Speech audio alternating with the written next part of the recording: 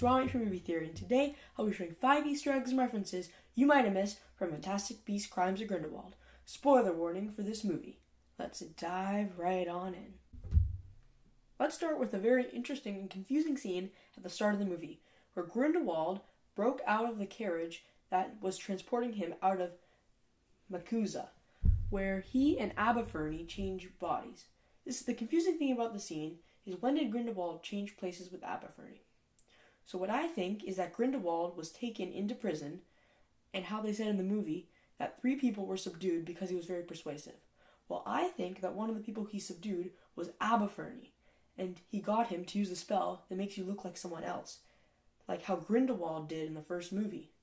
They must have done this before he got his tongue cut out, because Aberferny never spoke for the entire film. We got a cool callback to the Order of the Phoenix with the Lestrange family tree. This was interesting to see how this movie ties in with modern-day Harry Potter.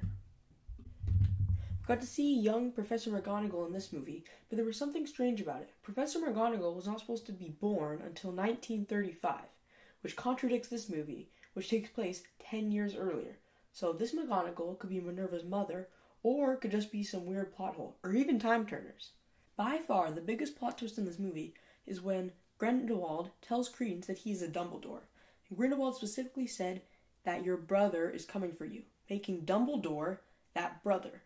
This means that there are only a few possible ways that Credence could be related to Dumbledore. He could be his cousin, because it was mentioned in the books that Dumbledore had an aunt. They just didn't go into detail on it. Number 2, he could be Ariane's Obscurial, because Ariane was hurt and mentally scarred, because normal people did not like her magic. So maybe she tried to suppress her magic, making it Obscurial, and maybe that Obscurial linked onto Credence when she died. This doesn't explain why Grindelwald said he's a Dumbledore, though.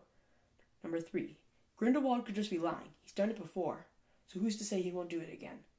Number 4, or there could just be this weird thing with time and time turners. Geez, this movie gets me thinking a lot about those. So one thing that has just not been adding up is the blood vessel.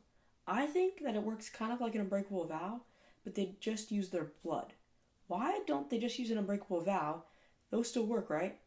Since this can be destroyed, wouldn't an unbreakable vow be better? Tell me what you guys think in the comments section below. That's all for today. Make sure you like and subscribe to the channel, and I will see you next time on Movie Theory.